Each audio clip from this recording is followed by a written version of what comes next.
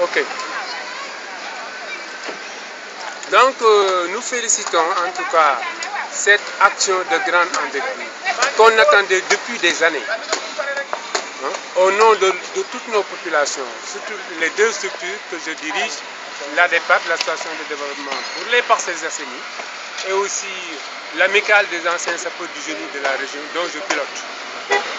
On salue cette action de grande envergure. Vraiment, voilà, cette action, on l'a attendue des années. Parce que ces populations vivaient dans une situation difficile de santé et pendant particulièrement l'hivernage, si on traversait ce marché en allant vers Diakhao, on n'arrivait pas à mettre le pied par terre. Vraiment, voilà ce qu'on attendait. On le félicite. Ah oui. On est très content, on est très ravis de lui. Ça, au nom des populations, à mon nom propre, on le félicite. Vous êtes le président de l'association? Je suis le président de l'association de développement des Parcelles Assainies de Thiès, le président de l'amicale des anciens sapeurs du génie de la région. Nous sommes des anciens militaires et c'est la continuité. C'est pas qu'ici il y a encore d'autres points d'ombre. On l'encourage et on l'accompagne dans ses actions.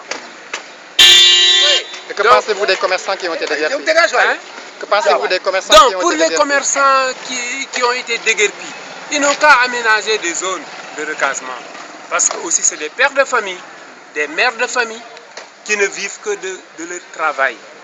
C'est bien de déguerpir, mais prévoir aussi des zones de recasement à leur endroit, vraiment c'est important. C'est plus qu'important. C'est plus que, et puis c'est urgent. Voilà tout ce que nous avons à dire. C'est ça. Ça aussi c'est un représentant de l'association. Nous on était venus pour faire une visite par rapport à la situation. Et je crois que, comme il vient de le dire, c'est tout à fait normal. Il est bien beau de déguerpir, mais il est bien beau aussi de mettre en place, de trouver des zones pour pouvoir les recaser. Parce que vous savez, hein, il y a beaucoup de pères de famille qui ne vivaient que de ça.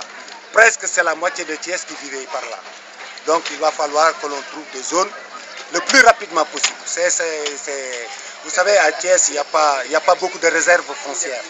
Donc ça aussi, il va falloir trouver des solutions très rapidement pour soulager la souffrance malheureusement de ces commerçants. Donc vraiment, nous remercions en même temps Talla Sylla. Je crois que la population de Thiès doit le comprendre. C'est un travailleur. Nous le félicitons. Nous savons aussi que c'est un homme qui est honnête. Il est pratique. Il faut que la population de Thiès l'accompagne. Il faut qu'il l'accompagne, qu'on le chasse. Ce n'est pas seulement Diakhao, ce n'est pas seulement le marché de Sam ou ailleurs. Il faut que les Thiessois acceptent que Talla est venu pour travailler.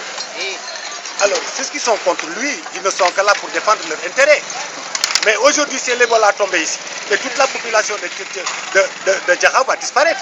C'est extrêmement sale ici. Les gens sont malades, d'autres n'ont pas plus d'odorat dans ce quartier. Les dermatoses existent un peu partout. Mais il va falloir qu'il y ait des maires de ce genre. Thiès a besoin de ça. Le président de la République, Macky Sall, a besoin des gens comme ça, qui sont là pour développer les villes, les régions et les départements. Nous sommes derrière lui et nous le félicitons et nous l'encourageons. Qu'il ne recule pas dans ses œuvres.